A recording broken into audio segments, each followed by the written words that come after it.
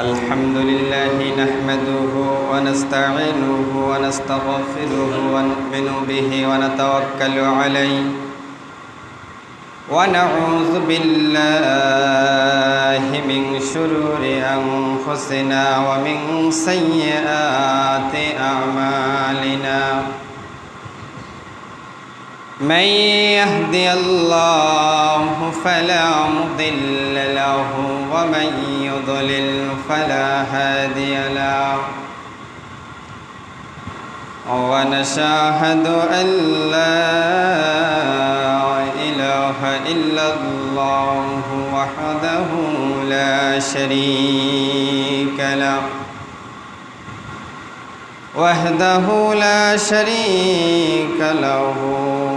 ونشهد أن سيدنا محمدا عبده ورسوله صلى الله تعالى عليه وعلى آله وأصحابه وبارك وسلم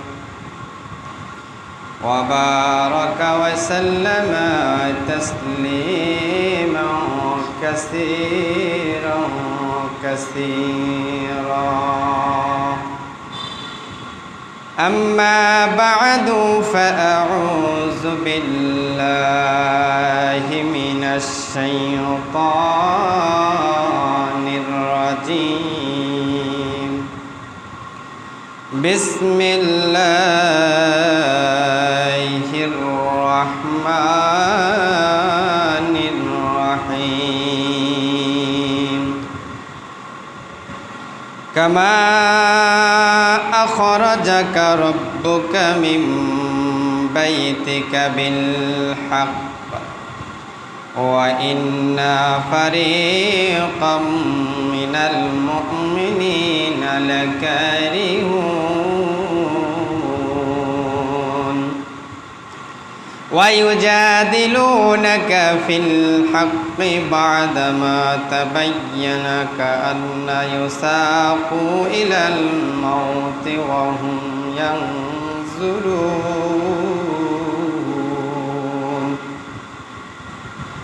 وقال رسول الله صلى الله عليه وسلم سيروا وبشروا فإن الله تعالى قد وعدني أحد الطائفين ولله لك أني الآن أنظر إلى مصارع القوم أو كما قال على النبي الصلاة والسلام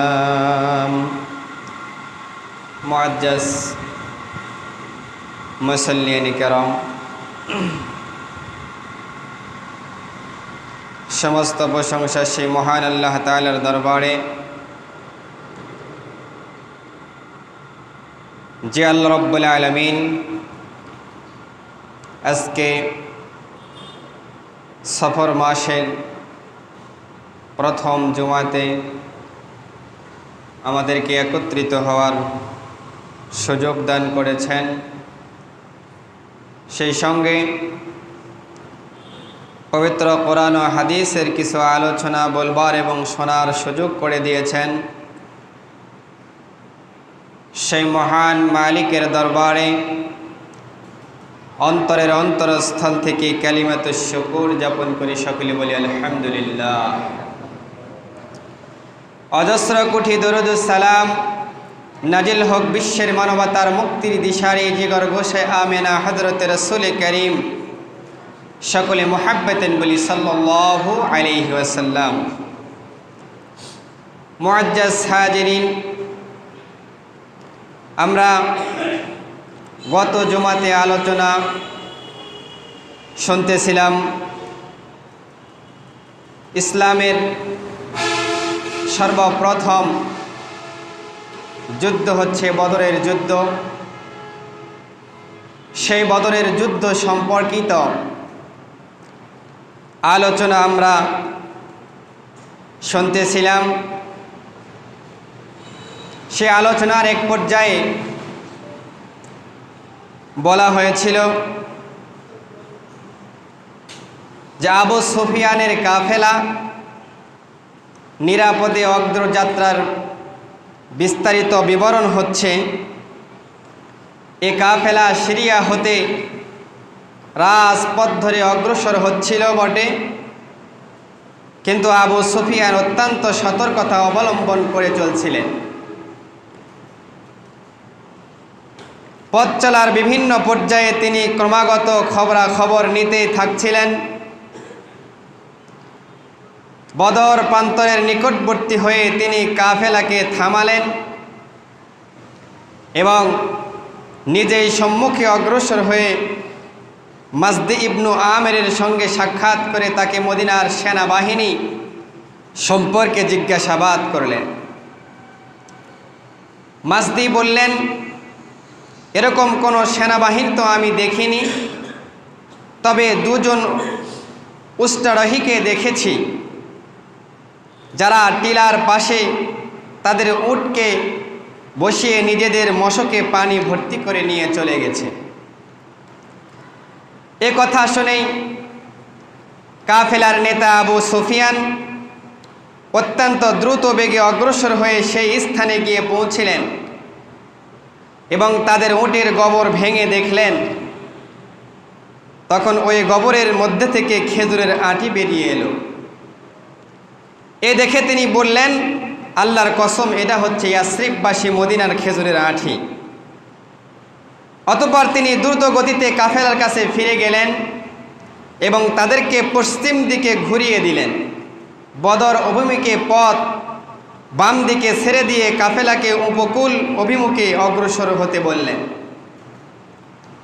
এভাবে কাফেলাকে তিনি মদিনায় বাহিনীর হাত থেকে রক্ষা করলেন।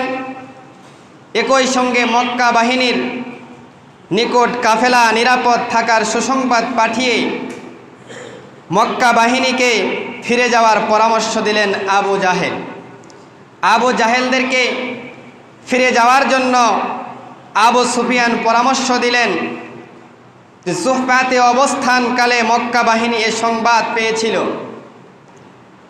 আবু সুফিয়ানের পয়গাম প্রাপ্ত হয়ে বাহিনীর প্রায় সকল সদস্যই মক্কায় ফিরিয়ে যাওয়ার ইচ্ছা পোষণ করল, কিন্তু কুরাইশ নেতা মক্কা বাহিনীর সর্বাধিক অধিনায়ক আবু জাহেল অত্যন্ত গর্বের সঙ্গে বললেন, আল্লাহর কসম, আমরা এখান থেকে ফিরে যাব না, বরং আমরা বদর যাব, সেখানে 3 দিন অবস্থান করব এবং 3 দিন যাবৎ উট জবেহ করব, পান ভোজন করব, আমোদ প্রমোদ আহ্লাদ করব। এরপরে সমগ্র আরব জাতি আমাদের শান্তি সামর্থ্যের কথা, আমাদের শক্তির কথা অবগত হবে, আর এভাবে চিরদিনের জন্য তাদের উপর আমাদের প্রভাব প্রতিফলিত হবে। আবু জাহেলের এ কথার পরে আখনাস ইবনে সুরাইক ফিরে যাবার পরামর্শ দিলেন, কিন্তু অধিকাংশ লোকই তার কথা কান দিল না। তাই সে বনু জহুরার লোকজনদেরকে সঙ্গে নিয়ে মক্কা ফিরে গেলেন, কেননা সে ছিল বনু জহুরা গোত্রের মিত্র এবং বাহিনীদের সর্দার। তাদের কোনো লোকই বদরের যুদ্ধে অংশগ্রহণ করেনি। পরবর্তীতে বনু জহুরা গোত্রের লোকেরা আখনাস ইবনে সুরাইকের এই সিদ্ধান্তের কারণে খুব আনন্দ প্রকাশ করেছিল এবং তাদের অন্তরে তার প্রতি শ্রদ্ধা চিরদিনের জন্য প্রতিষ্ঠিত হয়েছিল। তাদের সংখ্যা ছিল 300 জন। বনু জহুরা মতো বনি হাশিমও মক্কায় ফিরে যেতে চেয়েছিল, কিন্তু আবু জাহেল অত্যন্ত কঠোরতার অবলম্বন করায় তাদের পক্ষে মক্কায় ফিরে যাওয়া সম্ভব হয়নি। সে কঠোর কণ্ঠে বলল, আমরা ফিরে না আসা পর্যন্ত এই দলটি আমাদেরকে থেকে পৃথক হতে পারবে না। মোট কথা, এই বাহিনী আমাদের সফরসূচি বহাল রাখল। বনু জহুরা গোত্রের লোকদের মক্কা প্রত্যাবর্তনের ফলে তাদের সৈন্য সংখ্যা দাঁড়ায় 1000 এবং তারা ছিল বদর অভিমুখী। বদরের নিকটবর্তী হয়ে তারা একটি টিলার পিছনের শিবির স্থাপন করলেন, যেখানে সবচাইতে উন্নত মানের জায়গা আবু জাহেলের বাহিনী মক্কা বাহিনী দখল করে নিলেন। উপত্যকার সীমান্তে, বদর উপত্যকার সীমান্তে দক্ষিণ মুখের জায়গাটা অত্যন্ত মনোরম পরিবেশ ছিল। সেই জায়গায় আবু জাহেল অবস্থান করল। রাসূলুল্লাহ সাল্লাল্লাহু আলাইহি ওয়াসাল্লাম প্রতিমধ্যেই ছিলেন। এমতো অবস্থায় আবু সুফিয়ানের বাণিজ্যিক কাফেলা এবং মক্কার সেনাবাহিনী সম্পর্কে অবহিত হন। উদ্বৃত্ত পরিস্থিতির প্রেক্ষাপটে আসন্ন প্রায় সমস্যাটির খুঁটিনাটি সম্পর্কে গভীরভাবে চিন্তা ভাবনার পর দৃঢ় বিশ্বাস হয় যে এখন একটি রক্তক্ষয়ী সংঘর্ষে লিপ্ত হবে। সুতরাং এখন আমাদের অগ্রসর হওয়ার প্রয়োজন ও দৃঢ় সাহস, বীরত্ব ও নির্ভীকতার সাথে প্রতিষ্ঠিত হয়ে তাদের মোকাবিলা করা দরকার। কারণ এটা নিশ্চয় সত্য যে মক্কা বাহিনী যদি এ এলাকায় যথাসাধ্যে চলতে ফিরতে দেওয়া হয় তাহলে তাদের সামরিক মর্যাদা যথেষ্ট বৃদ্ধি পেয়ে যাবে এবং রাজনৈতিক প্রাধান্য বহুদূর পর্যন্ত বিস্তৃত করবে। পক্ষান্তরে এর ফলে মুসলিমী শক্তি হস্র পাবে এবং আঞ্চলিক সুযোগ সুবিধা সীমিত হয়ে পড়বে। অবস্থার এই আংশিক ভয়াবহতা পরিবর্তনের প্রেক্ষাপটে রাসূলুল্লাহ সাল্লাল্লাহু আলাইহি ওয়াসাল্লাম উচ্চ পর্যায়ের এক সামরিক পরামর্শ সভার আয়োজন করেন। এই সভায় তিনি বর্তমান সংকটজনক পরিস্থিতি বিশ্লেষণ করে নেতৃস্থানীয় ও সাধারণ সৈন্যদেরকে সঙ্গে মতবিনিময় করেন।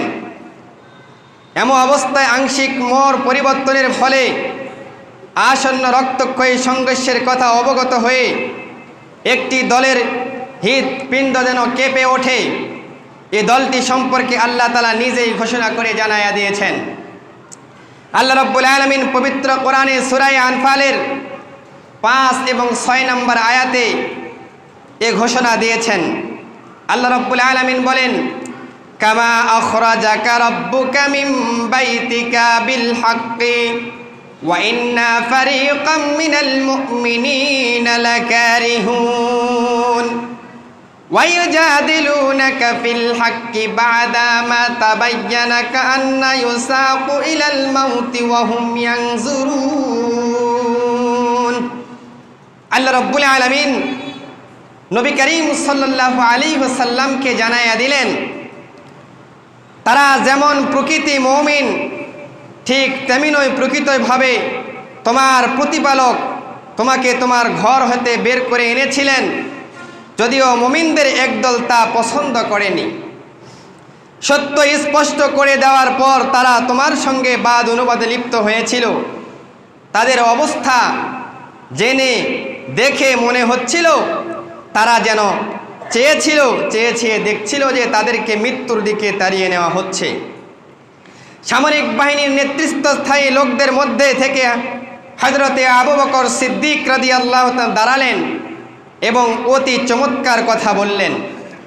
তারপর হযরতে ওমর রাদিয়াল্লাহু তাআলা দাঁড়িয়ে আরজ করলেন, হে আল্লাহর রাসূল সাল্লাল্লাহু আলাইহি সাল্লাম, আল্লাহ তাআলা আপনাকে যে পথ প্রদর্শন করেছেন সে পথে আপনি চলতে থাকুন। আমরা সর্ব অবস্থায় আপনার সঙ্গে রয়েছি। আল্লাহর কসম, আপনাকে সেই কথা আমরা বলবো না যেই কথা বনি ইসরাইল মুসা আলাইহিস সালামকে বলেছিল। আল্লাহর নবী হযরতে মুসা আলাইহিস সালাম যখন ফেরাউনের অগ্রশাসনকে ঠেকাতে গিয়ে সৈন্যবাহিনীকে আল্লাহ তাআলার আদেশ পড়ে শোনাইয়াছিলেন, তখন বনি ইসরাইলরা মুসা আলাইহিস সালামকে জবাব দিয়েছিলেন, ফাযহাবু আনতা ওয়া রাব্বিক ফাকাতিলু ইন্না হাহুনা কাঈদুন। হে মুসা, তুমি তোমার প্রতিপালকের কথায় শুনেই তুমি তোমার প্রতিপালকের পথেই যুদ্ধ করো, আমরা তোমার পথে যাইতে অগ্রসর হতে পারবো না। হযরতে ওমরে ফারুক রাদিয়াল্লাহু তাআলা দৈত্য কণ্ঠে এ কথাই ঘোষণা দিলেন, হে ওগো আল্লাহর রাসূল, আপনি আল্লাহ তাআলার পক্ষ থেকে যে আদেশ প্রাপ্ত হয়েছেন আপনি তা বাস্তবায়ন করুন। আমরা সকলে আপনার সঙ্গে আছি এবং থাকব। আমরা মূসা আলাইহিসসালামের বাহিনী বনি ইসরায়েলের মতন কথা কখনো বলবো না। কাজেই তুমি তোমার প্রতিপালকে যা এবং যুদ্ধ করো, আমরা এখানেই বসে রইলাম, কথা আমরা কখনো বলবো না। কিন্তু আমাদের ব্যাপার ভিন্ন, আমরা বরং বলবো আপনি আমাদের প্রভুর যুদ্ধ করুন, আমরা সর্ব অবস্থায় আপনাদের সঙ্গে যুদ্ধ করব। যিনি আপনাকে মহাসত্যরূপে প্রেরণ করেছেন তার শপথ করে আমরা বলছি, যদি আপনি আমাদেরকে বার্কের গমাত পর্যন্ত নিয়ে পৌঁছে যান, তবুও আমরা পথরোধকারীদের সঙ্গে যুদ্ধ করতে করতে আপনার সঙ্গে আমরা গমন করতে থাকব।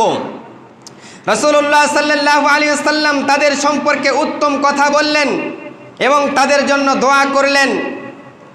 এ তিনজন নেতাই ছিলেন মুহাজির বাহিনীদের।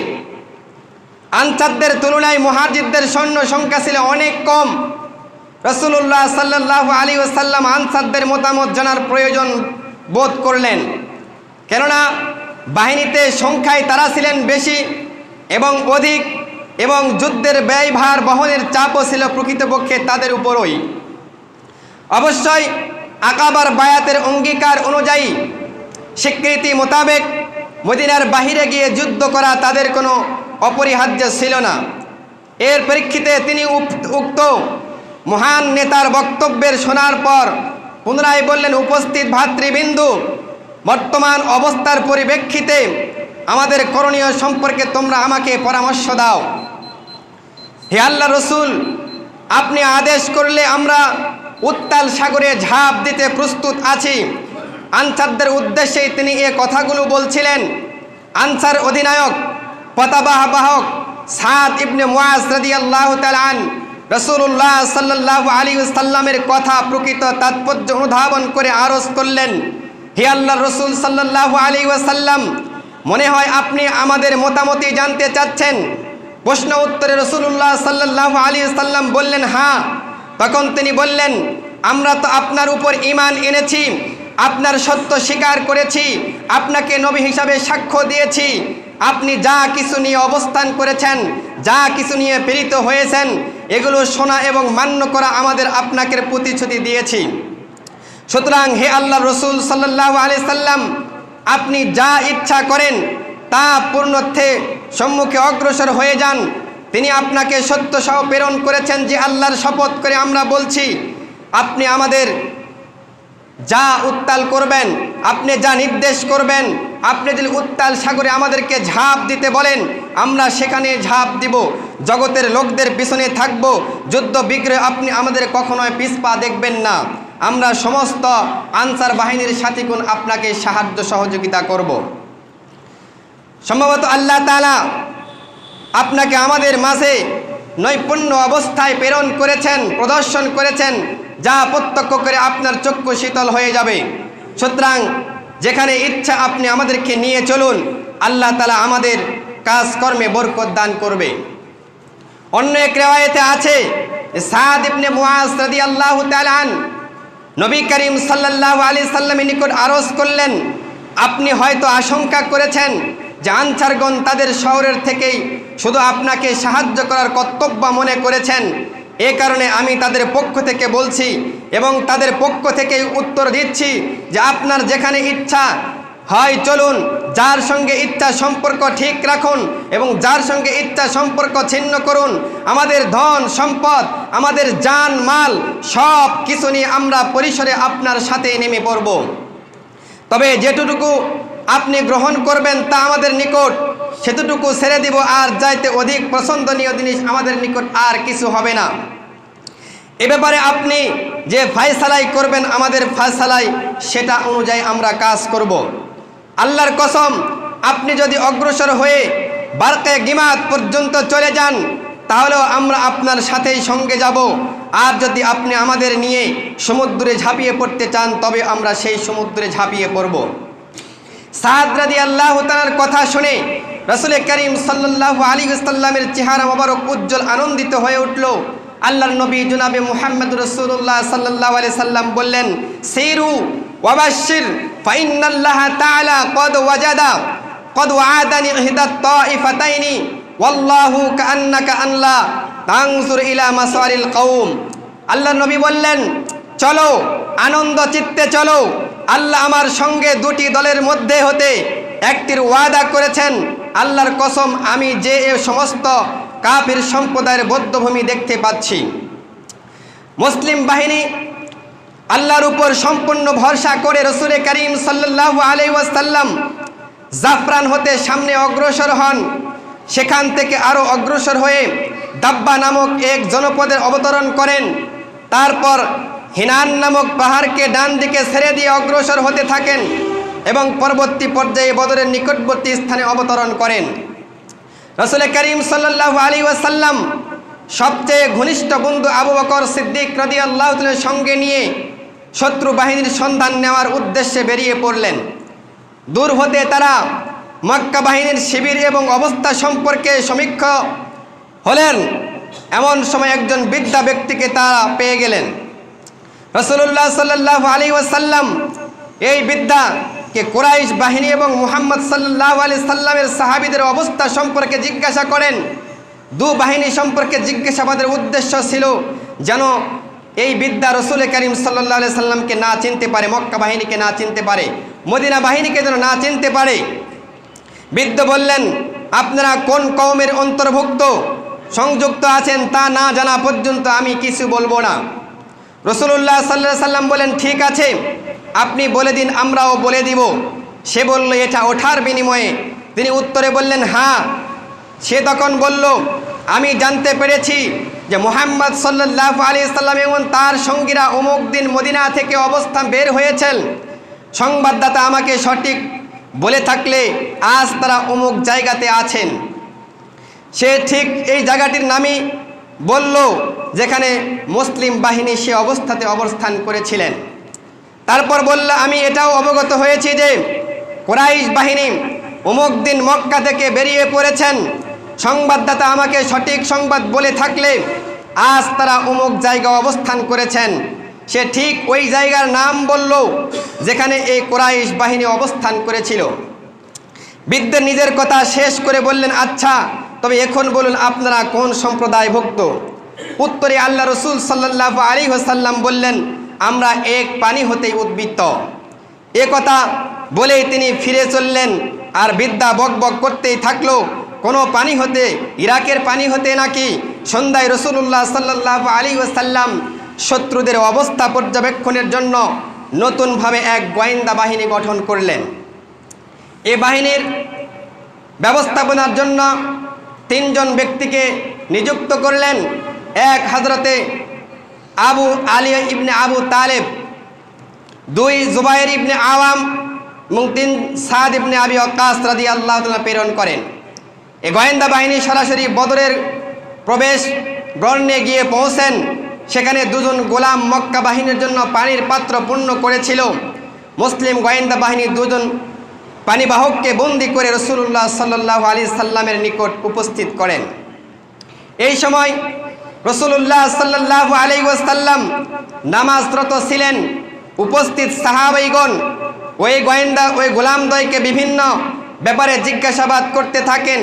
উত্তরে তারা বললেন, আমরা কুরাইশদের পানিবাহক, পাত্র পানি ভর্তি করে আনার জন্য আমাদেরকে পাঠিয়েছিলেন। তাদের এ জবাবে সাহাবীগণ সন্তুষ্ট হতে পারলেন না। তাদের আশা ছিল যে এরা 2 জন হবে আবু সুফিয়ানের লোক, কেননা তাদের অন্তরে এখনও ক্ষীণ আশা বিরাজমান ছিল যে তারা শুধু আবু সুফিয়ানের বাণিজ্যিক কাফেলার উপর জয়যুক্ত হবেন। সুতরাং তারা এই গোলামদ্বয়কে কিছু মারপিটও করলেন। তারা তখন বাধ্য হয়ে বললেন যে তারা আবু সুফিয়ানের কাফেলার লোক। একথা বলার পর তাদের মারপিট বন্ধ করে দেওয়া হলো। ততক্ষণে রাসূল করিম সাল্লাল্লাহু আলাইহি সাল্লাম নামাজ আদায় শেষ করলেন। সাহাবীগণের এহেন আচরণের বিরক্ত হয়ে তিনি বললেন, গোলামদ্বয় যখন সত্য কথা বলল তখন তোমরা তাদের মারপিট করলে, অথচ যখন মিথ্যা কথা বলল তখন তাদেরকে ছেড়ে দিলে। আল্লাহর কসম, তারা 2 জন সঠিক কথাই বলেছিল, তারা কুরাইশের লোক। এরপর রাসূলুল্লাহ সাল্লাল্লাহু আলাইহি সাল্লাম এই গোলামদ্বয়কে বললেন, আচ্ছা, এখন আমাকে কুরাইশদের সম্পর্কে খবর দাও। তারা বলল, এই যে টিলাটি যা উপত্যকার শেষ প্রান্তরে দেখা যাচ্ছে, কুরাইশ বাহিনী তার ওই পিছনে অবস্থান করেছেন। আল্লাহ রসুল আবার প্রশ্ন করলেন, তারা কতজন আছেন? উত্তরে তারা বললেন, তারা অনেক। তিনি আবারও জিজ্ঞাসা করলেন, তাদের সংখ্যা কত? তারা বললেন, আমরা তাদের সংখ্যা জানা নেই। তিনি পুনরায় প্রশ্ন করলেন, প্রত্যেক দিন কয়টি উট জবাই করা হয়? তারা জবাব দিল, একদিন 9টি এবং আরেক দিন 10টি। তখন রাসূলুল্লাহ সাল্লাল্লাহু আলাইহি সাল্লাম মন্তব্য করলেন, তাহলে তাদের সংখ্যা 900 থেকে 1000-এর মাঝামাঝি হবে। তারপর তিনি তাদেরকে পুনরায় প্রশ্ন করলেন, তাদের সঙ্গে সম্ভ্রান্ত কুরাইশের কে কে রয়েছেন? তারা উত্তরে বলল, রাবিয়ার 2 পুত্র উতবা ইবনে শাইবা এবং আবুল বখতানি ইবনে হিশাম, হাকিম ইবনে হিজাম, নওফেল ইবনে খুয়াইলিদ, হারিস ইবনে আমির, তুমাইর ইবনে আদি, নজর ইবনে হারিস, জামা ইবনে আসআদ, আবু জাহেল ইবনে হিশাম, উমাইয়া ইবনে খালব এবং আরও অনেক। রাসূলুল্লাহ সাল্লাল্লাহু আলাইহি সাল্লাম বললেন, মক্কা তার কলিজার টুকরোগুলোকে আমাদের পাশে এনে নিক্ষেপ করেছেন। মহান আল্লাহ তাআলা এ রাতেই বৃষ্টি বর্ষণ করেন, কারণ শত্রু বাহিনী যেখানে শিবির স্থাপন করেছিল সেই জায়গাটি ছিল অত্যন্ত মনোরম পরিবেশের এবং সচ্ছল জায়গা ছিল। আর মদিনাবাসী সাহাবায়ে কেরাম যেখানে অবস্থান করেছিল সেই জায়গাটি ছিল মরুভূমি বালুময় এলাকা, সেখানে হাঁটা চলা করতেও খুব কষ্ট হচ্ছিল। মরুভূমির এই কারণে বালুগুলি উত্তপ্ত হতে তাদের চলাফেরা অনেক কষ্ট হয়ে যাচ্ছিল। মহান আল্লাহ রাব্বুল আলামিন এ রাতে বৃষ্টি বর্ষণ করলেন। বৃষ্টি বর্ষণের ফলে মক্কা বাহিনীর উপর বর্ষিত হলো সেই বৃষ্টির মুষলধারা বৃষ্টি। প্রবল বৃষ্টির কারণে মক্কা বাহিনীর আগমনের কিছুটা বাধাগ্রস্ত হলো এবং যে স্থানে তারা শিবির স্থাপন করেছিল সেই স্থানগুলিতে কাদা হয়ে গেল এবং তাদের চলাফেরা অনেক মুশকিল হয়ে গেল। আর মুসলিম বাহিনীরা যেখানে শিবির স্থাপন করেছিল বৃষ্টির কারণে মরুভূমির বালুগুলি সমতল ভূমি আকারে ধারণ করলো, সেখানে চলাফেরা করতে মুসলিম বাহিনীর জন্য অনেক সুবিধা হয়ে গেল। ভূমিকে সমতল এবং সমৃদ্ধ করার ফলে বেশ অনুকূল অবস্থায় সৃষ্টি করে দিল আল্লাহ। পশ্চাতের ক্ষেত্রে অনুকূল অবস্থায় সৃষ্টি হওয়ার কারণে তাদের অন্তরে দৃঢ়তার এবং বিশ্বাস আরও বেড়ে গেল। রাসূলুল্লাহ সাল্লাল্লাহু আলাইহি সাল্লাম স্বীয় বাহিনীকে দ্রুত পথে চলার নির্দেশ দেন, যাতে তারা মুশরিক বাহিনীর পূর্বেই বদরের প্রান্তরে অগ্রসর হতে পারেন। এ প্রসবের উত্তরে নিজের অধিকার প্রতিষ্ঠা করতে সক্ষম হন। মুশরিক বাহিনী যাতে কোনোভাবেই প্রবেশের উপর অধিকার লাভ করতে না পারে, এটাই ছিল লক্ষ্য। এর পরিপ্রেক্ষিতে তিনি তার বাহিনী এশার সময় বদরের নিকট অবতরণ করেন। এ সময় হারাম ইবনে মুনজির রাদিয়াল্লাহু তাআলা একজন অভিজ্ঞ সামরিক ব্যক্তিত্ব হিসাবে প্রশ্ন করলেন, হে আল্লাহর রাসূল সাল্লাল্লাহু আলাইহি সাল্লাম, এই স্থানে আপনি আল্লাহর নির্দেশক্রমে অবতরণ করেছেন, না শুধু যুদ্ধের কৌশল হিসাবে আপনি অবস্থান করলেন? কেননা এ অগ্র কিন্তু পশ্চাৎগামের আমাদের কোনো সুযোগ নেই। প্রশ্ন উত্তরে রাসূল করিম সাল্লাল্লাহু আলাইহি সাল্লাম বলেন, শুধু যুদ্ধের কৌশল হিসাবে আমি এই ব্যবস্থা অবলম্বন করেছি। আল্লাহ রাসূল সাল্লাল্লাহু আলাইহি সাল্লামের এ কথা শুনে হারান ইবনে বলেন, এটা উপযুক্ত স্থান নয়, আরও সামনে এগিয়ে চলুন এবং কুরাইশ বাহিনীর সবচাইতে নিকটে যে প্রেরণ হয়েছেন সেখানে শিবির স্থাপন করুন। তারপর অন্য সব প্রশ্নের বন্ধ করে দিয়ে নিজেদের সম্প্রদায়ের উপর সোচ্চারতা চরিত হলো। পানি ভর্তি করে নেবে, এরপর কুরাইশ বাহিনীর সঙ্গে যুদ্ধে লিপ্ত হলে তারা পানি পাবো, কিন্তু তারা তা পাবে না। তারপর এ কথা শুনে রাসূলুল্লাহ সাল্লাল্লাহু আলাইহি সাল্লাম বললেন, তুমি উত্তম পরামর্শ দিয়েছ। এরপর রাসূলুল্লাহ সাল্লাল্লাহু আলাইহি সাল্লাম তার বাহিনীকে সামনে গমনের নির্দেশ প্রদান করলেন এবং অর্ধেক রাত যেতে না যেতেই কুরাইশ বাহিনীর সবচাইতে নিকটবর্তী স্থানে অগ্রসরের নিকট পৌঁছে গিয়ে শিবির স্থাপন করলেন। তারপর সেখানে একটি চৌবাচ্চা বা জলাশয় তৈরি করে নিয়ে অবশিষ্ট সমস্ত প্রবন্ধন তারা সৃষ্টি করলেন। প্রবেশনের উপর মুসলিম বাহিনী যখন শিবির স্থাপন সম্পন্ন হলো, তখন সাদ ইবনে মুআজ রাদিয়াল্লাহু তাআলা প্রস্তাব করলেন, রাসূলুল্লাহ সাল্লাল্লাহু আলাইহি সাল্লামের সৈন্য পরিচালনা বা নেতৃত্ব প্রদানের কেন্দ্রস্থল রূপে একটি ছাউনি নির্মাণ করে দেওয়া হোক, সেখানে তিনি অবস্থান করবেন। আল্লাহ না করুক বিজয়ের পরিবর্তে আমাদেরকে যদি পরাজিত হতে হয় কিংবা অন্য কোনো অসুবিধাজনক অবস্থায় সম্মুখীন হতে হয়, তাহলে পূর্বে থেকেই তার নিরাপত্তার জন্য আমরা যেন প্রস্তুতি থাকতে পারি। তার এ প্রস্তাব সর্বসম্মতিক্রমে সর্বজনিত হলো। তারপর তারা আরজ করলেন, হে আল্লাহ রসুল সাল্লাল্লাহু আলাইহি সাল্লাম, আমরা আপনার জন্য একটি বস্ত্রের ছাউনি নির্মাণ করতে মনস্থ করেছি, আপনি ওর মধ্যে অবস্থান করবেন এবং আপনার সাওয়ারিগুলোর পাশে তৈরি করে অবস্থায় থাকবেন। তারপর আমরা শত্রুদের সঙ্গে মোকাবিলা করব। যদি আল্লাহ পাক আমাদের মান মর্যাদা রক্ষা করে শত্রুদের উপর বিজয় দান করেন, তবে এটা তো হবে আমাদের একান্ত আংশিক ও পছন্দনীয়। আর আল্লাহ তাআলা না করুক যদি আমাদের অন্য অবস্থার সম্মুখীন হতে হয়, আপনি সাওয়ারির উপর আরোহণ করে আমাদের কওমের এই সকলের নিকট চলে যাবেন যারা এখনও পিছনে রয়ে গিয়েছেন। হে আল্লাহর নবী সাল্লাল্লাহু আলাইহি সাল্লাম, প্রকৃতপক্ষে আপনার পিছনে এরূপ লোকে রয়েছে যাদের তুলনায় আপনার প্রতি আমাদের ভালোবাসা সবচাইতে বেশি নয়। যদি তারা অনুমান করতে পারত আপনি যুদ্ধের সম্মুখীন হয়ে পড়বেন, তা কখনোই তারা পিছনে থাকতে পারে না। আল্লাহ তাআলা তাদের মধ্যে আপনাকে হেফাজত করবেন। তারা আপনার শুভাকাঙ্ক্ষী এবং তারা আপনার সঙ্গে যুদ্ধ করবেন। তারা এ কথায় রাসূলুল্লাহ সাল্লাল্লাহু আলাইহি সাল্লাম খুশি হলেন ও তাদের প্রশংসা করলেন এবং তাদের কল্যাণের জন্য আল্লাহ তাআলার নিকট দোয়া করলেন। সাহাবীগণ যুদ্ধক্ষেত্রে উত্তর পূর্বে একটি উঁচু টিলার উপর রাসূল করিম সাল্লাল্লাহু আলাইহি সাল্লামের জন্য আরিশ তাঁবু নির্মাণ করে দিলেন, যেখানে থেকে পূর্ব যুদ্ধক্ষেত্রটি দৃষ্টিগোচর হতো। তারপর তার এই ওয়ারিসদের রক্ষণাবেক্ষণের জন্য সাদ ইবনে মুআজ রাদিয়াল্লাহু তাআলার নেতৃত্বে আনসারী যুবকদের একটি বাহিনী নির্বাচন করা হলো। নবী করিম সাল্লাল্লাহু আলাইহি ওয়াসাল্লাম, রাসূল করিম সাল্লাল্লাহু আলাইহি সাল্লাম উতবা ইবনে রবিআ এবং তার একটি লাল উটের উপর দেখে বললেন, কওমের মধ্যে কারো কারো কাছে কল্যাণ থাকলে লাল উটের মালিকের কাছে রয়েছে। জনগণ তার কথা মেনে নিলেন, তারা সঠিক পথ প্রদর্শন করলেন। রাসূলুল্লাহ সাল্লাল্লাহু আলাইহি ওয়াসাল্লাম মুসলিমদের সারিগুলোকে ঠিক করলেন। সারি ঠিক করা অবস্থায় একটি বিস্ময়কর ঘটনা ঘটে গেল। রাসূলুল্লাহ সাল্লাল্লাহু আলাইহি সাল্লামের হাতে একটি তীর ছিল, যার দ্বারা তিনি সারি ঠিক করছিলেন। এই সময় সাওয়াদ ইবনে গাজিয়া সারিয়া হতে তিনি আগে বেড়েছিলেন, তার পেটের উপর এই তীর গিয়ে ঢুকে গেল। হে সাওয়ান, সামনে হয়ে যাও। তখন সাওয়ার বললেন, হে আল্লাহ রসুল সাল্লাল্লাহু আলাইহি সাল্লাম, আমাকে আপনি কষ্ট দিয়েছেন, সুতরাং প্রতিশোধ প্রদান করুন। তার এ কথা শুনে রাসূলুল্লাহ সাল্লাল্লাহু আলাইহি ওয়াসাল্লাম স্বীয় পেট খুলে দিয়ে বললেন, প্রতিশোধ নিয়ে নাও।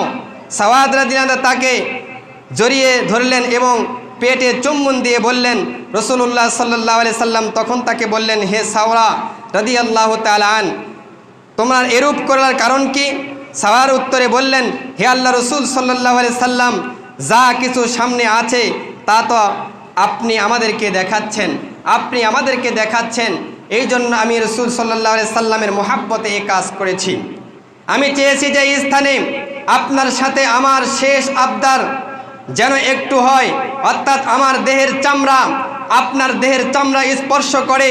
তার এ কথা শুনে রাসূলুল্লাহ সাল্লাল্লাহু আলাইহি সাল্লামের কল্যাণের জন্য দোয়া করলেন। সারিসমূহ ঠিক করে রাসূল সাল্লাল্লাহু আলাইহি সাল্লাম সৈন্যদের উপদেশ দিতে গিয়ে বললেন, তিনি তাদের শেষ নির্দেশনা না দেওয়া পর্যন্ত যেন তারা যুদ্ধ না শুরু করে। এরপর তিনি যুদ্ধ নীতির ব্যাপারে বিশেষ একটি উপদেশ দিতে গিয়ে বললেন, মুশরিকরা যখন সংখ্যায় বহুরূপে তোমাদের নিকট এসে পড়বে, তখন তাদের প্রতি তীর চালাবে এবং নিজেদের তীর বাঁচানোর চেষ্টা করবে। প্রথম থেকেই ওয়াজাতা তীর আন্দাজি করে তীর নষ্ট করবে না। আর যতক্ষণ পর্যন্ত তারা তোমাদের উপর ছেয়ে বসবে না, যতক্ষণ পর্যন্ত তোমাদের উপর আক্রমণ চালাবে না, তাড়াতাড়ি উত্তোলন করবে না, ততক্ষণ পর্যন্ত তোমরা কোনো তীর নিক্ষেপ করবে না। এরপর রাসূলুল্লাহ সাল্লাল্লাহু আলাইহি সাল্লাম এবং হযরতে আবু বকর সিদ্দিক রাদিয়াল্লাহু তাআলা ছাউনির দিকে ফিরে গেলেন এবং সাদ ইবনে মুআজ রাদিয়াল্লাহু তাআলা এবং তার রক্ষণা বাহিনীকে নিয়ে ছাউনির দরজার উপর উপযুক্ত স্থানে বসাইয়া দিলেন। তারপরে মুশরিকদের অবস্থা ছিল যে আবু জাহেল আল্লাহ তাআলার নিকট ফায়সালার দোয়া করলো। সে বলল, হে আল্লাহ, আমাদের মধ্যে যে দলটি আত্মীয়তার বন্ধন বেশি ছিন্নকারী এবং ভুল পন্থায় অবলম্বনকারী, ওই দলকে তুমি আজ ছিন্ন বিচ্ছিন্ন করে দাও। হে আল্লাহ, আমাদের মধ্যে যে দল তোমাদের নিকট বেশি এবং পছন্দনীয়, আজ তুমি ওই দলটিকেই সাহায্য করো। পরবর্তীতে এ কথার দিকে ইঙ্গিত করায় আল্লাহ তাআলা নিম্নে আয়াতটি নাজিল করে রাসূল করিম সাল্লাল্লাহু আলাইহি সাল্লামকে জানাইয়া দেন। সূরা আনফালের 19 নম্বর আয়াতের মধ্যে আল্লাহ রাব্বুল আলামিন জানাইয়া দেন, হে কাফেররা, তোমরা মীমাংসা চাচ্ছিলে, মীমাংসা তো তোমাদের কাছে এসে গেছে। আর যদি তোমরা অন্যায় করে থাকো, অন্যায় হতে বিরত হও, তবে তা তোমাদের জন্যই কল্যাণকর হবে। তোমরা যদি আবার অন্যায় করো, আমিও আবার শাস্তি দিব। তোমাদের দল বাহিনীর সংখ্যায় অধিক হলেও তোমাদের কোনো উপকারে আসবে না, বরং আল্লাহ তাআলা মুমিনদের সঙ্গে আছেন। এ যুদ্ধের প্রথম ইন্ধন ছিল সাওয়াদ ইবনে আবুল আসাদ মখজুমি রাদিয়াল্লাহু তাআলা। লোকটি ছিল বড়ই হঠকারী ও দুশ্চিন চরিত্রের।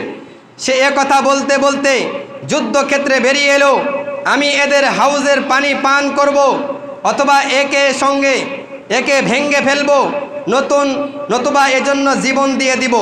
এ কথা বলে যখন ওদিকে অগ্রসর হতে লাগলো, তখন এদিক থেকে হামজা ইবনে আব্দুল মুত্তালিব রাদিয়াল্লাহু তাআলা আন এগিয়ে এলেন। হাউজের পরেই দুজনের দেখাদেখি হলো। হামজা রাদিয়াল্লাহু তাআলা তাকে এমনভাবে তরবারি দ্বারা আঘাত করলেন যে তার পা অর্ধেক পদদলিত হয়ে গেল, অর্থাৎ কেটে গেল, বিচ্ছিন্ন হয়ে গেল এবং সে পৃষ্ঠপ্রদর্শন করলো। পা থেকে রক্তক্ষরণ হতে ছুটল, যার গতি তার সঙ্গীদের দিকে ছিল। কিন্তু তা সত্ত্বেও সে হাঁটুর ভরে ছেঁচড়িয়ে চলতে হাউজের দিকে অগ্রসর হলো এবং তাতে প্রবেশ করে যাচ্ছিল, যাতে করে পুনরায় তার কসমকে পূরণ করতে পারে। ইতিমধ্যে হামজা রাদিয়াল্লাহু তাআলা আন দ্বিতীয়বার তার উপর তরবারি চালালেন এবং সে হাউজের মধ্যে মৃত্যুবরণ করলেও পতিত হলো। রাসূল করিম সাল্লাল্লাহু আলাইহি ওয়াসাল্লামের এই বীরত্বের কারণে আজ মুসলিম শাসকরা, আজ পৃথিবীর শাসকরা মদিনা সেই সনদের দিকে যদি আজও তাকাইতো, রাসূল করিম সাল্লাল্লাহু আলাইহি সাল্লামের আদর্শের উপর যদি আজকে দেশ চালাইতো, আল্লাহর নবী জনাবে মুহাম্মদ রাসূলুল্লাহ সাল্লাল্লাহু আলাইহি সাল্লাম শুধু একজন নবী ছিলেন না, সে একজন পিতা ছিলেন, সে একজন স্বামী ছিলেন, সে একজন রাষ্ট্রনায়ক ছিলেন, সে একজন আল্লাহ রসুল ছিলেন। এমনকি সমাজ সংস্করণের নেতৃত্ব রাসূল সাল্লাল্লাহু আলাইহি সাল্লাম দিয়েছেন, দেশ সংস্করণের নেতৃত্ব রাসূল সাল্লাল্লাহু আলাইহি সাল্লাম দিয়েছেন, পিতা হিসাবে সন্তানের দায়িত্ব রাসূল পালন করেছেন, স্বামী হিসাবে স্ত্রীদের হক রাসূল করিম সাল্লাল্লাহু আলাইহি সাল্লাম পালন করেছেন। অর্থাৎ দুনিয়ার আদি থেকে শুরু করে নিয়ে যত পদে পদস্থল হতে পারে, আল্লাহর নবী সাল্লাল্লাহু আলাইহি সাল্লাম সকলের জন্য একটি মডেল তৈরি করে গিয়েছেন। এই মডেল তৈরি অনুযায়ী আমরা আমাদের পৃথিবীকে পরিচালনা করতাম, তাহলে আজ পর্যন্ত ইসলামের এ অবনতি হতো না, মুসলিমদের এ অবনতি হতো না। মুসলিম সংখ্যা গরিষ্ঠ লোক হওয়ার পর সত্ত্বেও আজ পৃথিবীর মুসলিম সংখ্যালঘু হিন্দুদের কাছে, সংখ্যালঘু খ্রিস্টানদের কাছে অপজাদিত, অপদস্থ, লাঞ্ছিত হওয়ার একটাই কারণ, রাসূল করিম সাল্লাল্লাহু আলাইহি সাল্লামের আদর্শকে ছেড়ে দিয়ে, আল্লাহ তাআলার হুকুমকে ছেড়ে দেওয়ার পরে আমরা আমাদের সেই নাস্তিকতাবাদীদের মনোমতিকে মেনে নিয়েছি, তাদের সংবিধানকে নিজের জীবনের সংবিধান মেনে নিয়েছি, যার কারণে আজকে মুসলিম বাহিনীদের উপর, মুসলমানদের উপর বিপর্যয় নেমে আসতেছে। এখনও যদি আমরা সতর্ক হতে পারি, এখনও যদি আল্লাহ রাসূল সাল্লাল্লাহু আলাইহি সাল্লামের আদর্শে আমাদের সমাজগুলি গড়তে পারি, আমাদের দেশগুলি গড়তে পারি, আমাদের সন্তানগুলিকে গড়তে পারি, আমাদের বিবিগুলিকে গড়াইতে পারি, তাহলে আজও সেই কোরআন আছে, সেই আল্লাহ তাআলা আছে। আল্লাহ রাব্বুল আলামিন আজও আমাদেরকে বদরের মতন ফেরেশতাদের সাহায্য করবে। আল্লাহ রাব্বুল আলামিন সকলকে সহি বুঝে আমল করার তৌফিক দান করুক। আমিন। ওয়া আখিরু দাওয়ানা আলহামদুলিল্লাহি রাব্বিল আলামিন। ভাই 5 মিনিট বসেন।